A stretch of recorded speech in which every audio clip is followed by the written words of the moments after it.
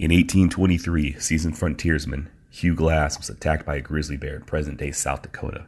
Left for dead, unable to speak, covered in maggots and stripped of his rifle and all supplies, Glass made a 250-mile journey on foot, hell-bent on revenge. Who was Hugh Glass? Was he the ultimate badass or just too tough to die? And what does all this have to do with Leonardo DiCaprio? We'll get into all that and more on today's episode of Bloody Beaver Podcast.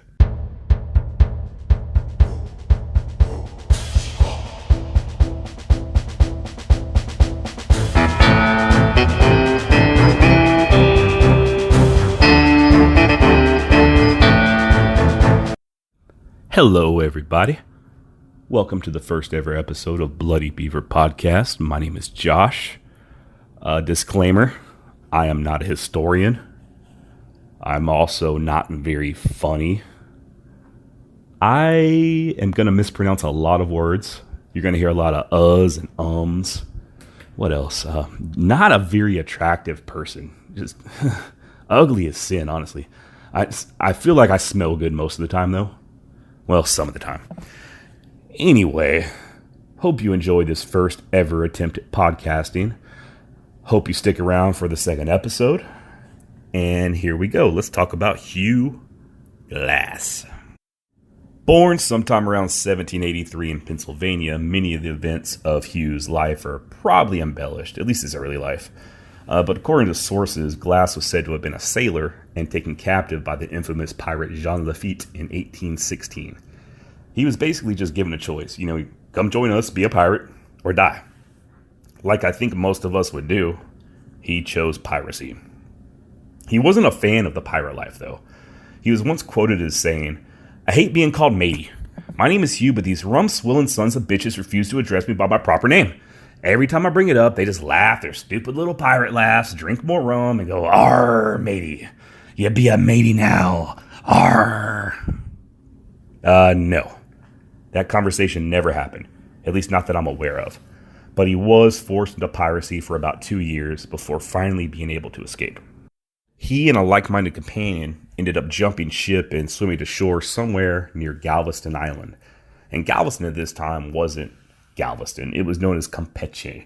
It was Jean Lafitte's stronghold. Just a pirate island, pirate stronghold. Just an island full of guys walking around with parrots on their shoulders and looking for booty, swilling rum. Arrgh. Anyway, eventually the U.S. Navy would go down there and blast the pirates out.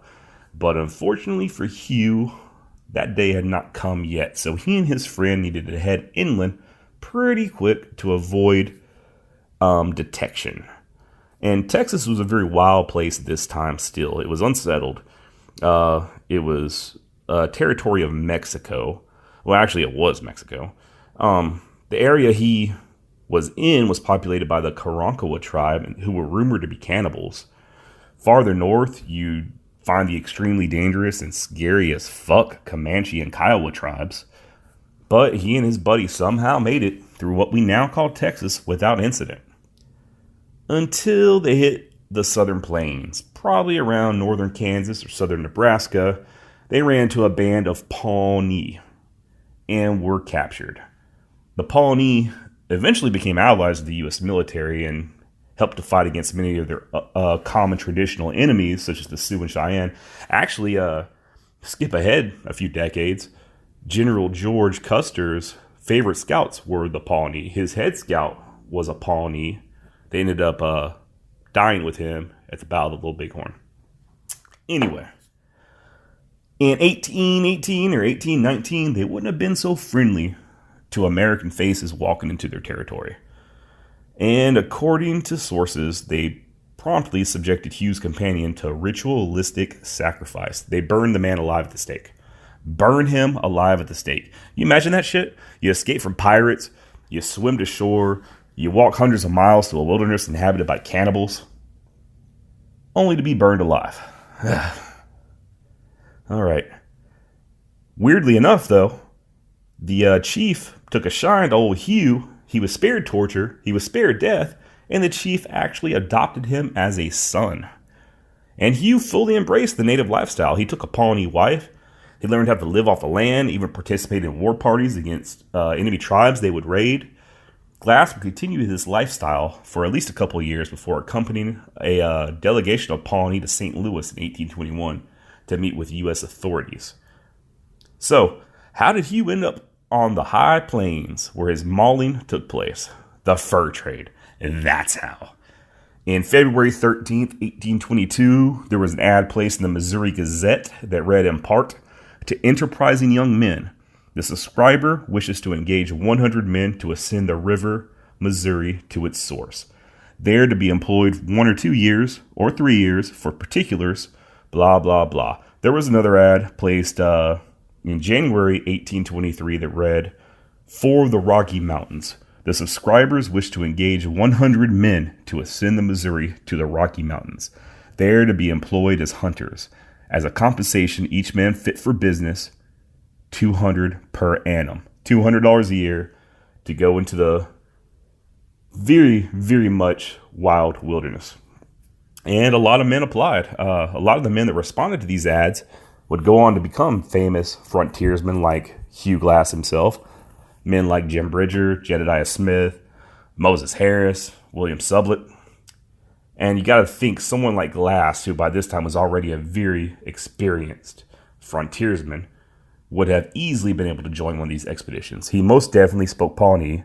He would have been fluent in American Indian Sign Language. He could hunt, he could track, he could shoot, he could navigate the wilderness with ease. He knew Native American tactics and culture.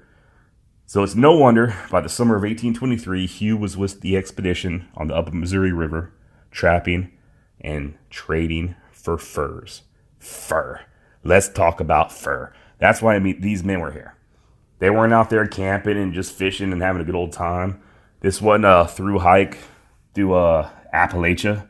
They were out there for money, and they were willing to face danger to get it. And what type of fur were they after? Beaver. Sweet, sweet beaver. Who doesn't like a nice beaver? I know I do.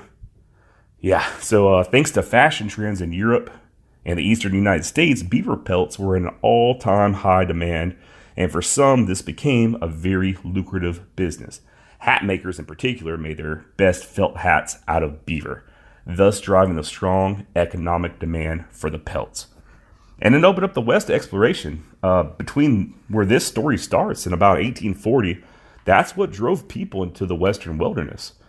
And those were wild, bloody years. And that, in part, is why I decided to call this podcast the Bloody Beaver Podcast.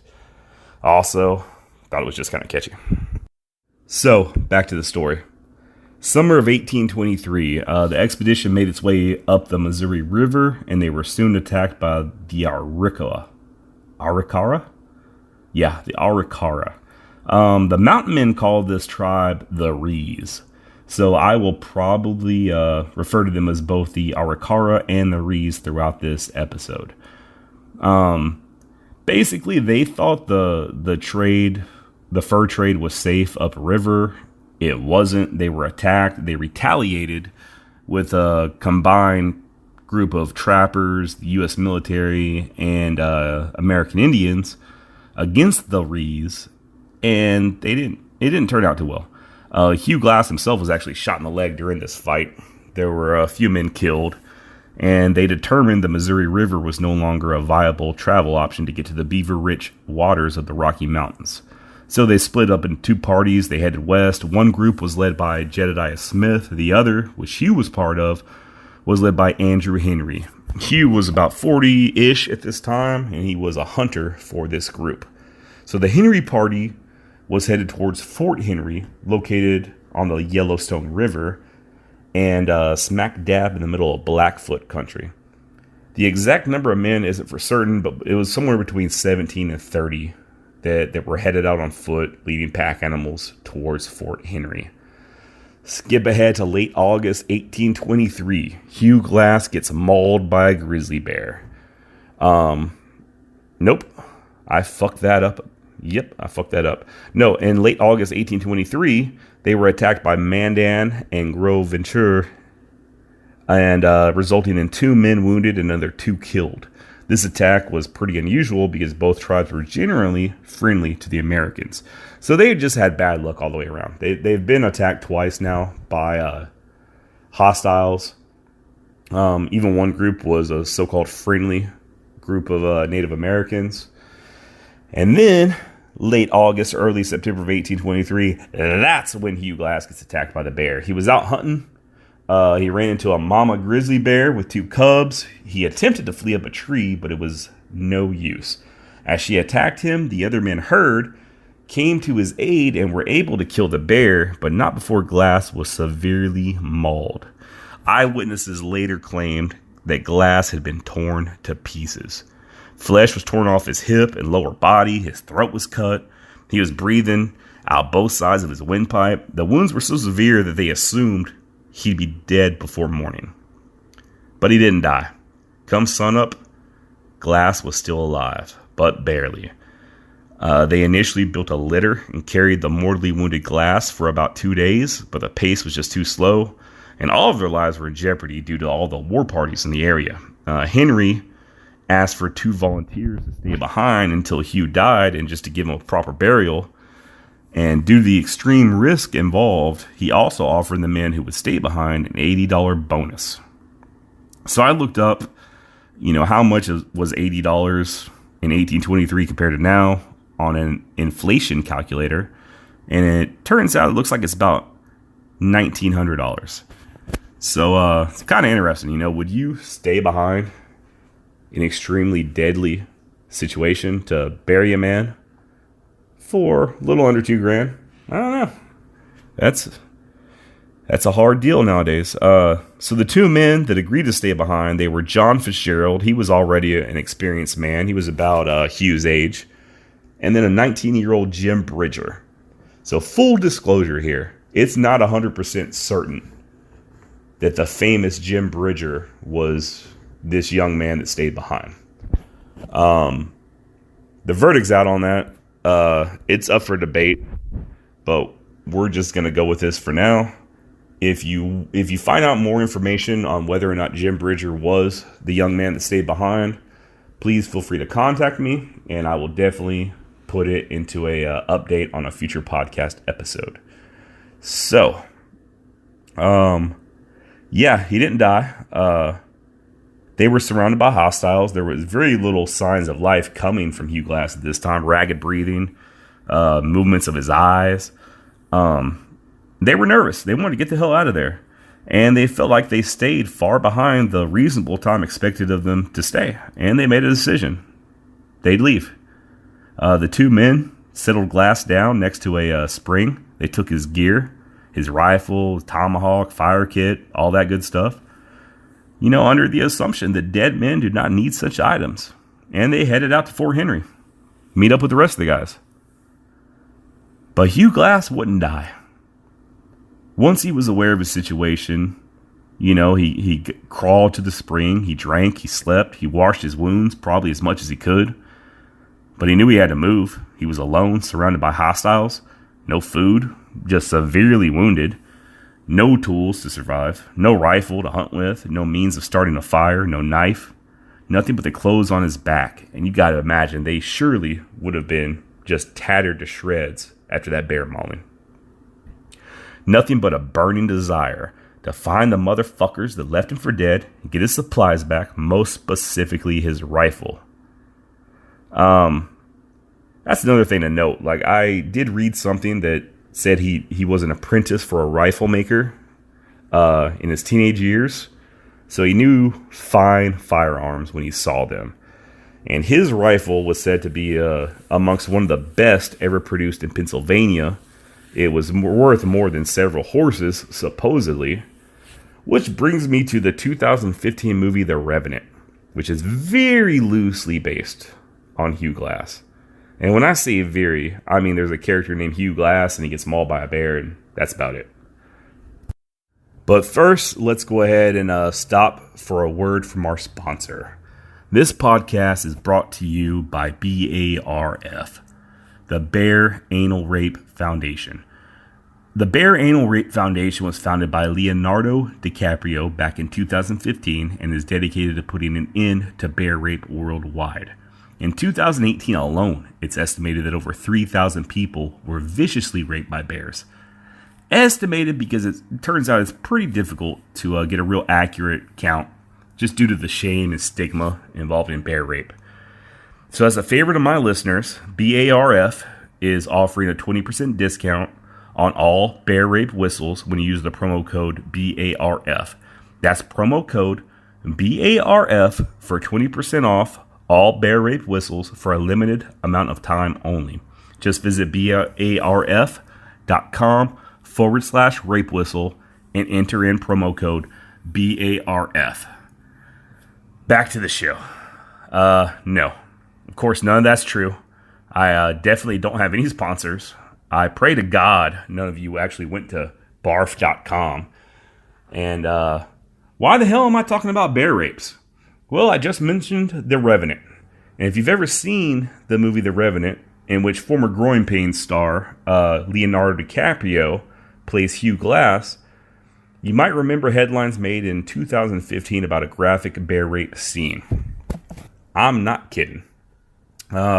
December 1st, 2015, the Drudge Report reported DiCaprio raped by bear in Fox movie. The article goes on to say, the new movie Revenant features a shocking scene of a wild bear raping Leo DiCaprio.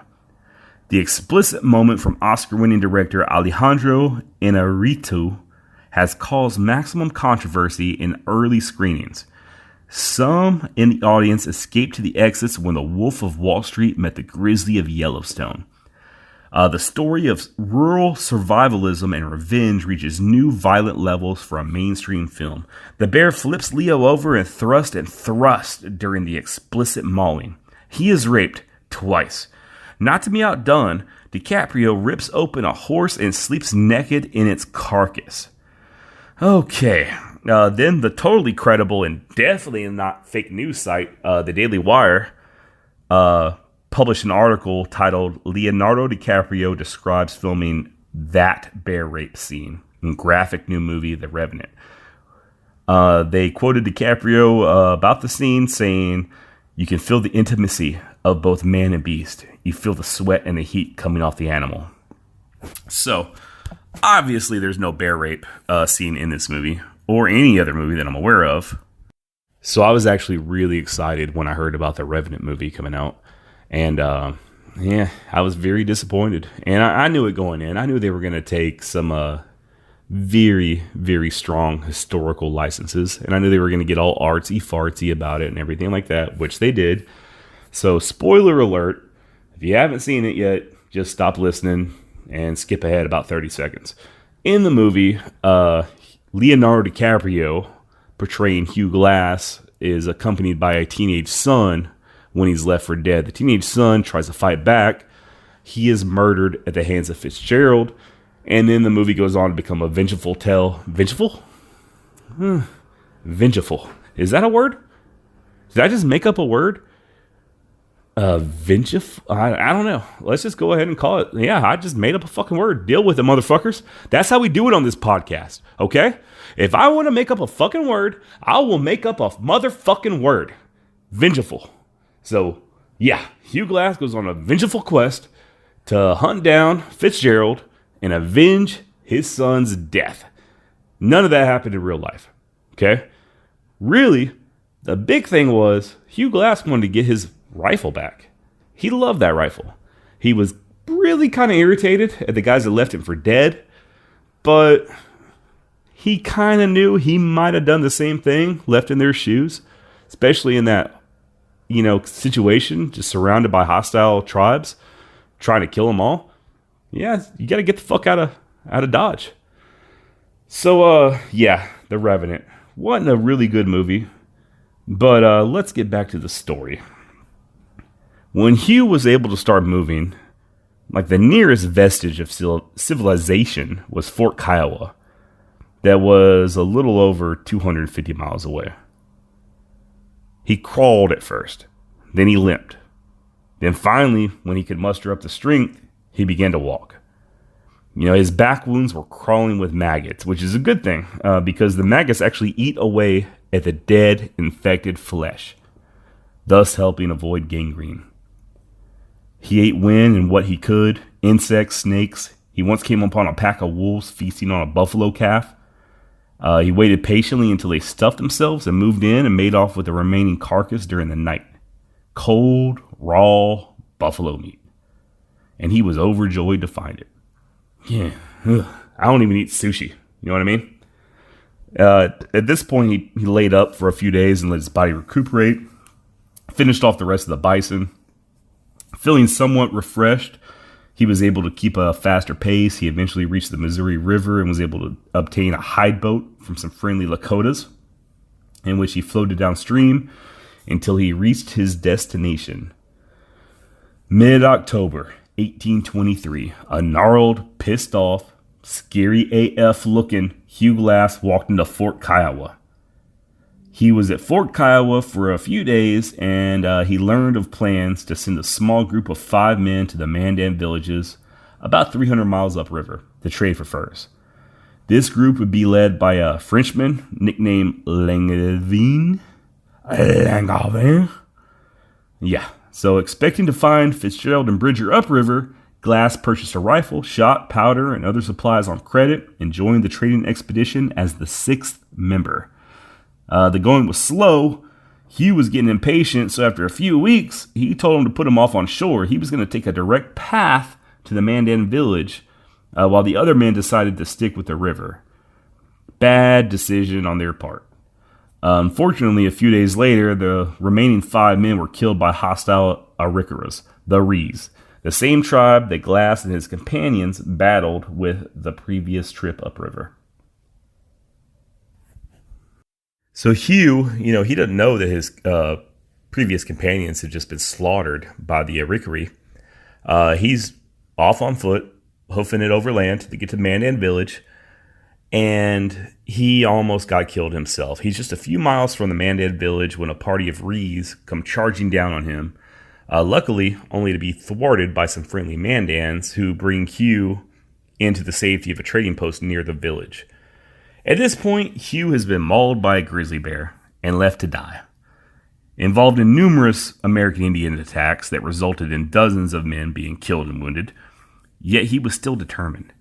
Knowing the area was crawling with hostiles, he left that night under the cover of darkness and headed towards the mouth of the Yellowstone River. And we're not talking about just a casual evening hike. This journey would take over a month to make in the dead of winter, on foot. On New Year's Eve, 1823, Hugh Glass walked into Fort Henry and stunned the living shit out of everybody there. Can you imagine that? They were all told he was dead. They had seen his mauled body, barely clinging to life. Only Fitzgerald and Bridger knew the truth, that Glass was still alive when they left him, but even they had to believed that he died afterwards of his wound.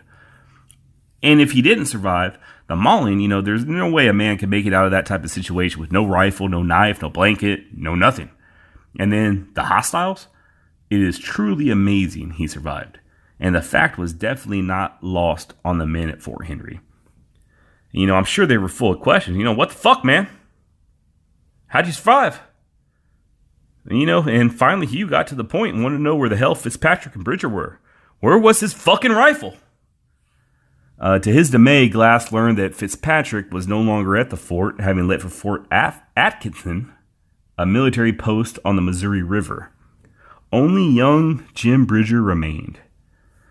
Hugh reportedly took pity on the guilt-ridden younger man and forgave him. In one account, Hugh is said to have told Bridger, "You have nothing to fear from me. Go, you are free. For your youth, I forgive you." But Hugh was determined to find Fitzpatrick and get his prized rifle back. But due to bad weather, he was stuck at Fort Henry until February 29th, 1824, when he and 4 other men struck out for Fort Atkinson to deliver a dispatch to Henry's partner, Ashley. Obviously, Hugh jumped at the idea because he knew that no-good sumbitch Fitzgerald was out there somewhere. The trip didn't go smoothly. The men were attacked by Arikara again. Those damn Rees. They're everywhere. Resulted in the death of 2 men, and Glass, fleeing for his life, was again alone in the wilderness, on foot, and considered dead. At this point, was he used to it? I don't know. He was just a bad motherfucker. He finished off the rest of his journey on foot, and sometime in June 1824, a still pissed off Hugh walked into Fort Atkinson and demanded to see Fitzgerald. Fitzgerald was now an employee of the United States Army, and Hugh risked a hangman's noose if he extracted the revenge he must have been dreaming about for so long.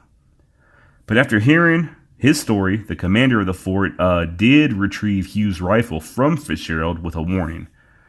Fitzgerald is not to be touched while under government employment. Glass was also given $300 as sort of an appeasement.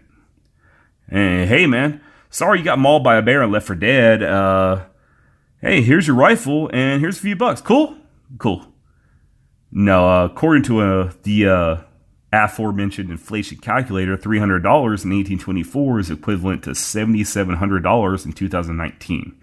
So I have to assume he was able to at least get himself properly outfitted.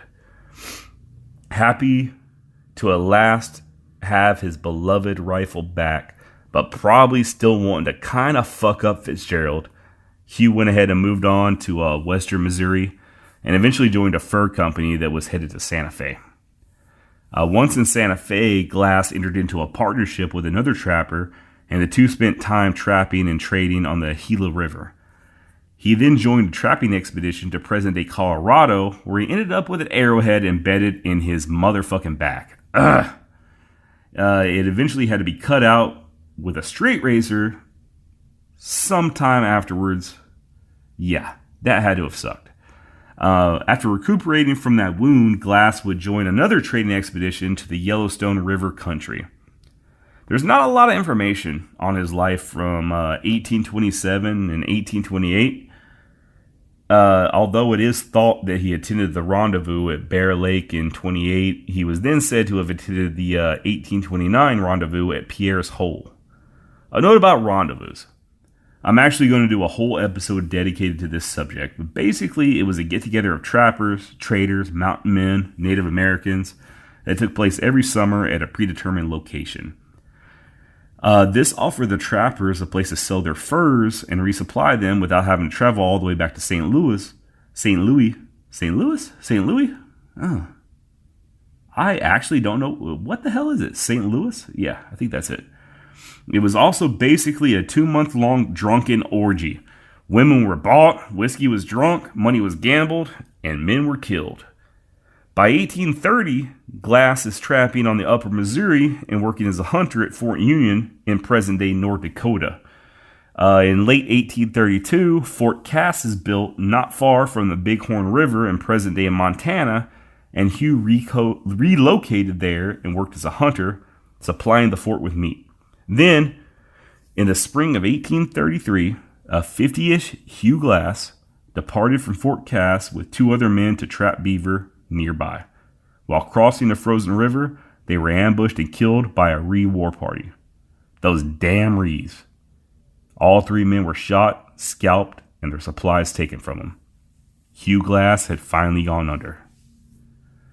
Not long after, some of the same group of Rees that killed Glass were themselves taken captive by trappers and tortured and burned after trapper Johnson Gardner recognizes Glass rifle. Recognizes Glass? God damn it. I'm going to learn how to talk one of these days. My next podcast episode is going to be so fucking amazing because I'm going to be just a world class. I'm going to learn how to talk, basically. Anyway. Not long after, some of the same group of Rees that killed Glass were themselves taken captive by trappers and tortured and burned alive. After trapper Johnson Gardner recognized Hugh Glass's rifle. The same rifle that, he was so determined to get back, caused his life to be taken in vengeance. Oh, good Lord. I can't even talk at this point. Gardner himself was taken captive by the Ree, at a later date and tortured to death. So it was just a violent, bloody cycle. Oh, so much violence. The years between 1804, when Lewis and Clark began their journey, to the 1840s, when the beaver market dried up and western expansion began, are full of tales just like this. Hard men doing a hard job, often dying a hard death. And the Arikara, they didn't last much longer themselves. They were plagued by smallpox. They had a constant enemy raids from stronger tribes, and never gained back the power or influence that they once had during Hugh Glass's time. Jim Bridger, the alleged teenager trapper who Glass forgave, went on to become one of the most famous and influential mountain men of all time. One of the first white men to ever see the geysers in present-day Yellowstone National Park. He went on to discover the Great Salt Lake. He founded a trading post later on in life and was even scouting for the U.S. military as late as the 1860s. Lots of cool stories about Jim Bridger. I will probably touch on many of them in future podcast episodes. So what happened to Fitzgerald, the man who ultimately made the decision to abandon Glass and leave him with no supplies? Who the hell knows? I actually spent a little bit of time looking this up online, and I couldn't find shit. I seem to remember reading years ago that he was kind of lost to history. These men went out into a wilderness, and who the hell knows what happened? He could have got bit by a snake. His horse could have threw him, and he could have broke his neck. He could have been killed by a hostile Native American, or he might have moved back east and just settled down and whatever. Who knows? If any of you know what happened to Fitzgerald, please email me at bloodybeaverpodcast@gmail.com. And if any of you have any questions, comments, just want to make fun of my voice, want to make fun of how you imagine my just ugly face probably looks, please also email me at bloodybeaverpodcast.com. I will address all comments on my next podcast. And I guess that's about it, folks. I know this isn't very high quality. I'm going to work on my editing skills. I'm getting a microphone next week. I will definitely try to put out a better quality podcast for you in the future. But this is it. And so a little about what I want this podcast to be going forward. Like I said earlier, I'm really into the Old West history type stuff. What you're not going to hear on this podcast, I'm probably never going to go into the gunfight at the OK Corral. I'm more into the stuff that we really don't hear about too often. I got a list of stuff I want to talk about. I think my next episode is basically going to be Young Guns versus reality. Remember Young Guns? Billy the Kid? Emilio Estevez? Yeah. So I'm basically going to look at the movies, which I love, by the way, and just kind of dissect what was real versus what was just made up. And we might even touch on old Mr. Brushy Bill Roberts in the future. So that's it. Hope you enjoyed this first episode of Bloody Beaver Podcast. Hope you stick around for episode 2. Later.